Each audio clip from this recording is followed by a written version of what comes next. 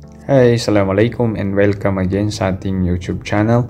So, ang ituturo ko sa inyo ngayon ay kung paano natin i-activate yung ating BDO rewards online. So, dapat meron tayong BDO Pay. So, install lang natin sa ating cellphone. Okay, so install lang natin sa Google Play Store. Okay, so ayan, BDO Pay. So, i-open lang natin. Okay, so ayan. And then, okay lang natin. So, login lang tayo through biometrics.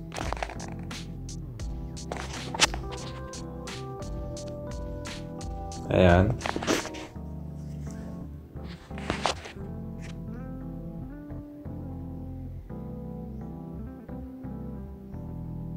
So, ang gaganda nito, pag naka-activate, pwede tayo maka-redeem ng points. Okay, so dito tayo sa more. Ayan. Then, ngayon, dito tayo sa link or unlink accounts. Dito sa account management. Okay. So, i-tap lang natin.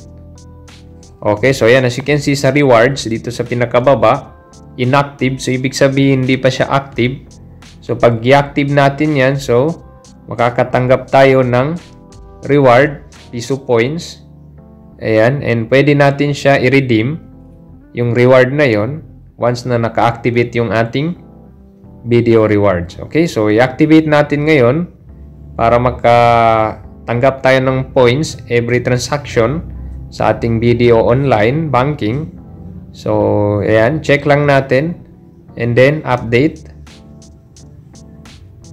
Okay, so link accounts updated. So, as you can see, na-link na natin ngayon. Ayan. So, i-done lang natin. For watching, and don't forget to subscribe to Amr TV for the latest videos na naging yan. Sukran and wassalam.